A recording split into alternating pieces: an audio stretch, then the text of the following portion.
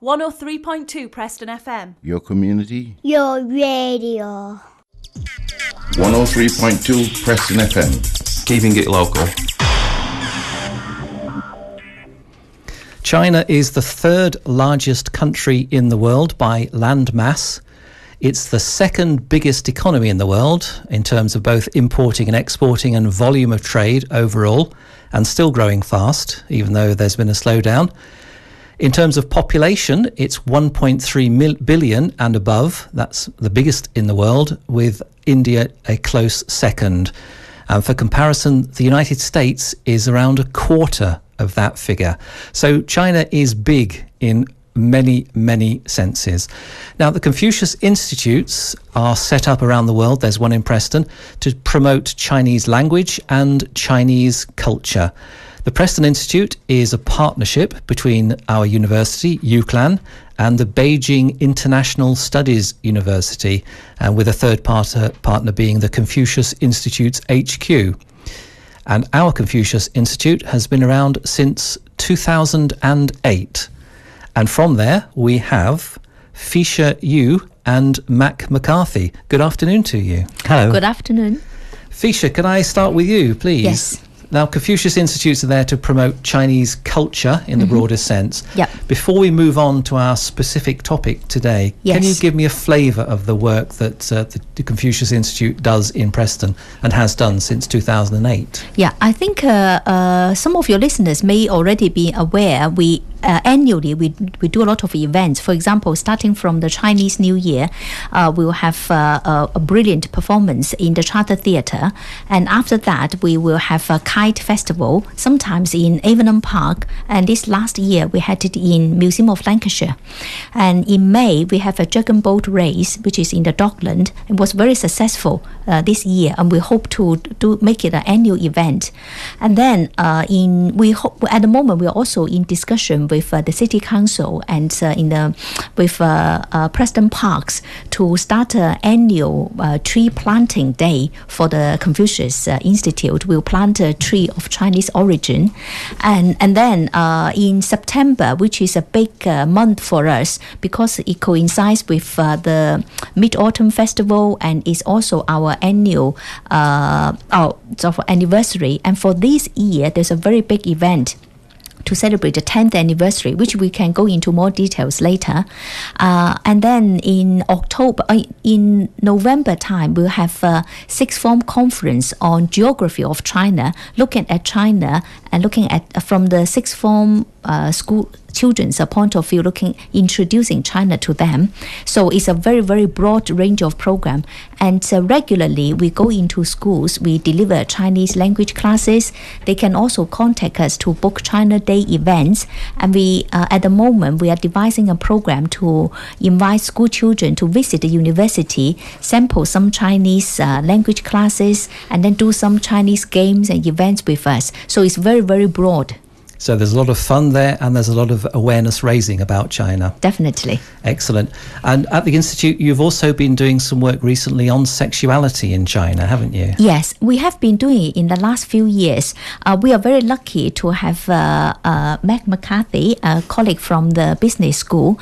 And since 2001, we've been inviting Mac to give us a series of lectures. For example, he did the first one, Introduction to Chinese Gay Cinema, revisiting cut sleeves in modern China. And then in 2013, in May, he gave us a talk talking about punk peach blossom, exploring the new era in China in terms of gender and sexuality. And then we also had an event for staff training talking about equality in education, gender and equality. So we also visited the issue of gender and sexuality in China. And this next event, which is going to happen on the 27th of September in the Harris Museum, is going to be our major talk in this theme for this year. And I think it's better to leave Mac to tell you more about it without me telling you the key lines. All right, yeah, let's leave Mac to take up the story there. Mac, before you start on the topic of this specific talk you're going to give, yes, tell me about sexuality in China and how it's changed over the past few decades Right. since the Cultural Revolution was denied, if you like. Yes, right. Well, I can tell you when we do the talk, we start 3,500 years ago. Okay. We haven't quite got time for all No, of I that. know, don't and think. I'm not going to tell you all of that. But it is important to recognise that there is a history that goes back 3,500 years. In terms of the more modern history, yeah, there was a strong sense of denial during the Cultural Revolution, and homosexuality in the years after the Cultural Revolution was seen as a kind of homosexuality was seen as a Western decadent disease, right? In fact, as recently as the turn of this century, there were people in China saying there are no homosexuals in China, which of course is clearly nonsense. But there have been changes, and it's very much a case of 2 steps forward and 1 step back. So as events have happened, gay pride events, other events have suddenly been cancelled by the government. Homosexuality was decriminalised in 1997, but remained on the books as a kind of mental illness for another few years, but then was taken off that list as well. So since then, any gay events that have been cancelled get cancelled because of lack of fire regulations or that sort of, there are clearly excuses for cancelling events, but nevertheless other events go ahead. So it's in some ways it kind of reflects what happens in the West. It's a checkered history. Yeah, but there's clear forward movement. Yes. Certainly more acceptance now. Much more now, yeah. This is part of an overall climate as well, isn't it, about sexuality? It's not just homosexuality that's become more accepted. There's been liberalisation in attitudes to sexuality generally, sex and sexuality in China. I think part of that is because of a greater globalisation, particularly through media, through social networking sites.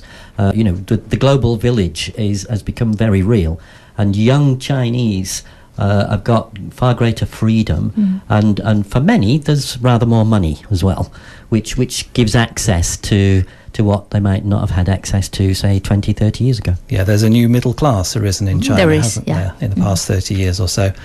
So going on to your talk, it's called Forests of Ghosts, isn't it? Forest of Ghosts. Yeah, I think you need to explain that, don't you? Okay. The title is taken from a Chinese gay short story. It was published online, and basically the ghosts are a metaphor for lesbians and gay men, ghosts within the community, because overriding everything, there's still a culture of silence around sexuality.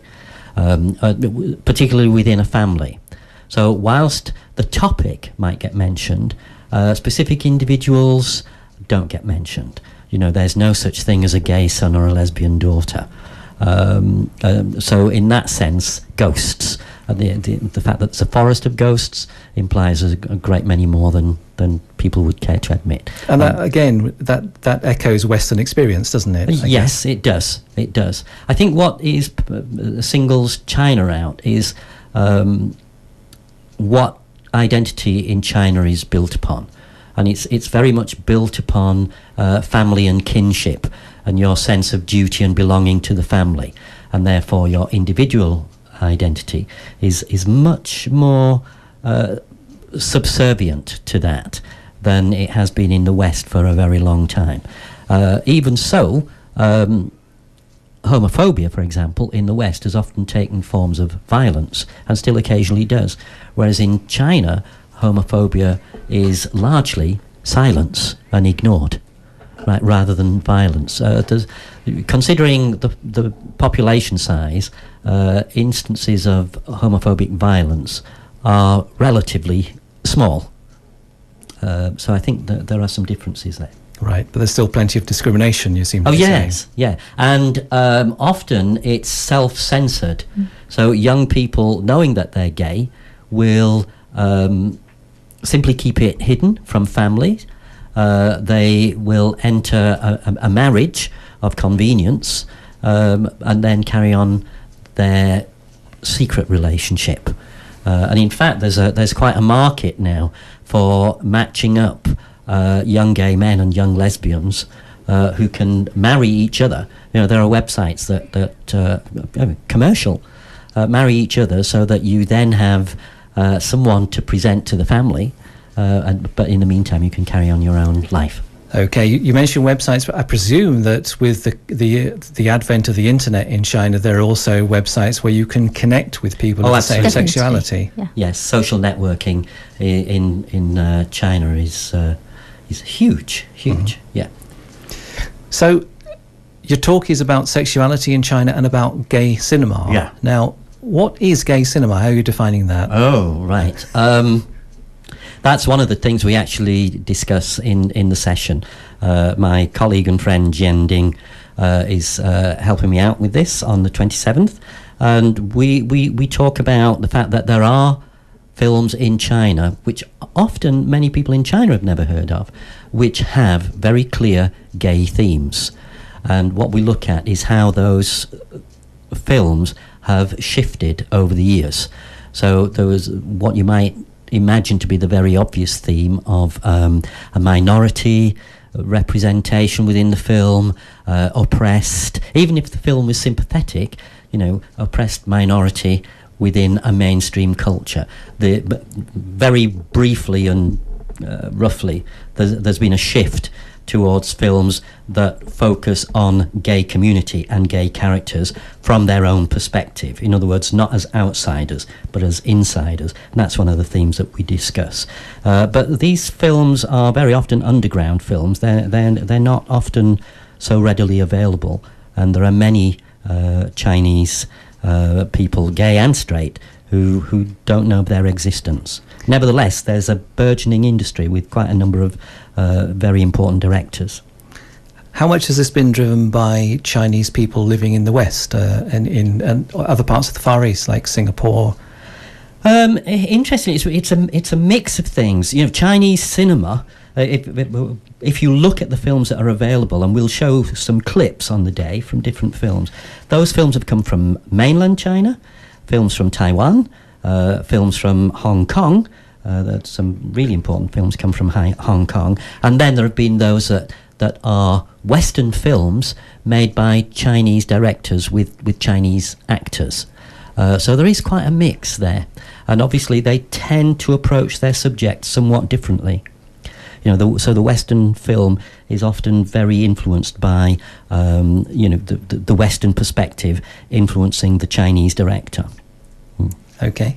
So your talk is on the 27th of September. Yes. And that coincides, I think you were saying before the interview, with Preston Pride. That's right, yes. Yeah, that was something that Feisha and I talked about, and we thought it would be a really good idea to have it on the same day. Mm-hmm. It's being held in the Community History Library in the Harris building. And of course, Preston Pride is happening right outside on the Flag Market. Absolutely, yeah. So it's ideal. So it's perfect, yes.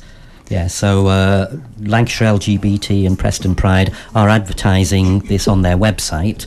So it's coinciding, but it's quite a deliberate coinciding. So it's in the Community History Library. That's on the first floor. Yes. You go past the statues of the two naked men through the double doors. Yes. And then you turn right at the you turn right at the large teapot, don't you? Yes. Yeah. Okay. Is there a charge for attending this? No. All of our CI's events tend to be free, particularly when it's facing the members of the public or facing the community.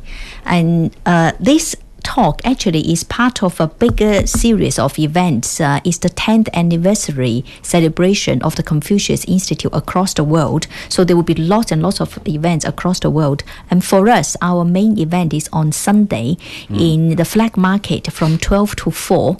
There will be a series of things that people can come and watch the demonstration of Tai Chi, of Chinese folk dance, lion dance, and they can also have a go at learning to dance the Chinese way and do the Tai Chi, do the calligraphy. We'll be writing with a huge brush on the floor.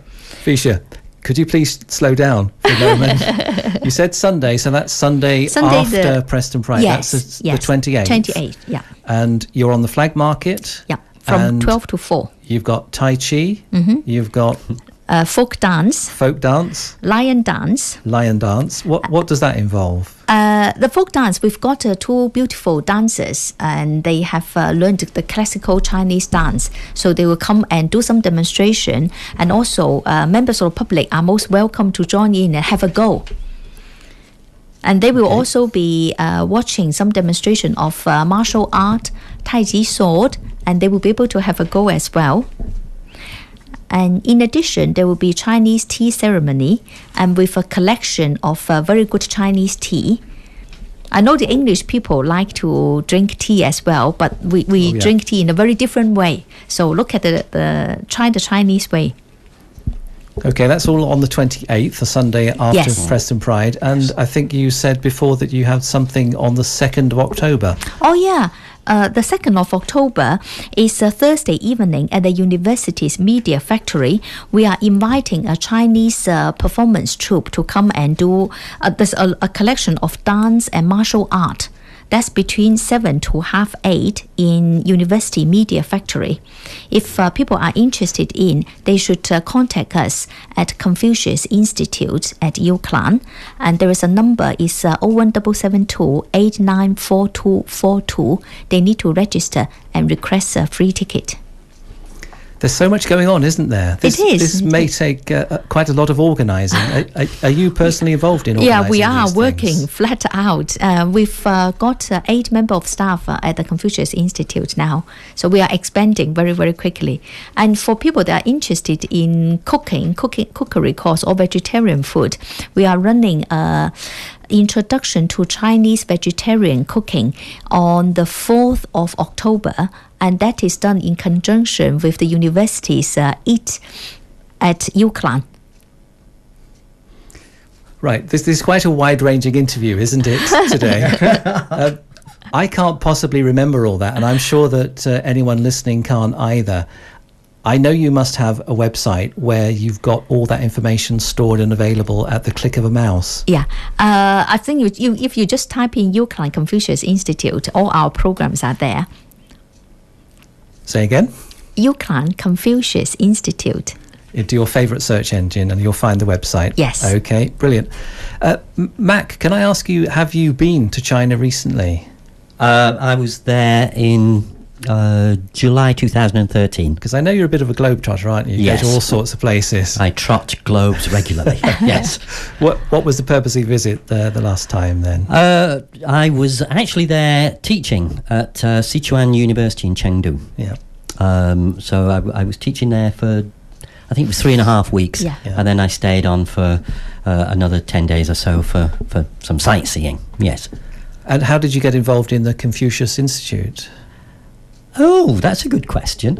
I had a long-standing interest in gay cinema and Asian gay cinema, and I saw that there were more and more films coming out that were either from China, or they were from Taiwan, etc., and therefore Chinese themed.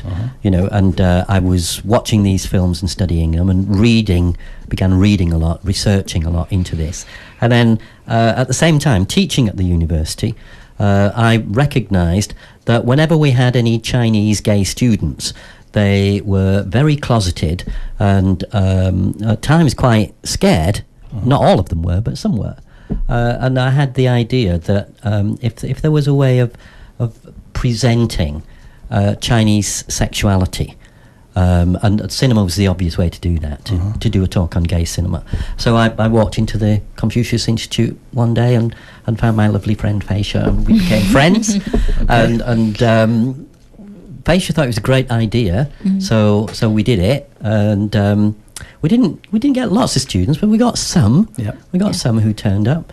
And I think it has helped. Yeah, and I think your talk about Chinese gay cinema is not of interest, not just to the students, the gay students, but also to people that are generally interested in Chinese films, because we never really looked at it from that perspective. Yes. So I found the talk very, very informative and very enjoyable. Good. So that's why we keep inviting you back. And I try to make it entertaining. I don't do it as a as a lecture, because I think that would defeat the point. So it has to be, fairly entertaining and allow people to ask questions and interact. And there's some brilliant Chinese directors. Oh, some amazing some directors. topics. Yes, yes. Yeah. So is there going to be a season of gay Chinese films put on at the Harris Library or at UCLAN in the near future? That's at the next step, moment, surely, isn't there it? isn't a plan to put on a gay cinema festival as such, but the university has a worldwide center, and every year we have an international film festival, and this year there is a Chinese film in it as well, and I think it's Shanghai Calling. So it doesn't have the gay theme this year, but there is no reason why we can't do it in the future. Yeah. But thank you for that suggestion. We'll look into that. Yeah, I would love to see that happen. I think it would be great. All right, brilliant. That's something to look forward to, isn't it? I think. So the event is the 27th of September. Yes. Give me the time, would you? It's 2:30 in the afternoon. Dentist time, yes. 2:30 in the afternoon. It's at the Harris Library. Yes. And it's upstairs on the first floor. Yes. In the community library. Yeah, and when we include the film clips, and assuming people want to ask questions during it rather than afterwards, it's probably about an hour and a half. Probably less than an hour and a half, but more than an hour. All right, sounds brilliant. Thanks very much for coming along. You're welcome. Thank you, Brian. I think we need to get you along again in the near future, don't we? Yeah, we will. There We'll you go, come you back. signed up. Excellent. We look forward to that. Thanks very much, Fisha and Mac. Thank you. Thank you. Thank you. You're listening to the Chat City interviews on 103.2 Preston FM.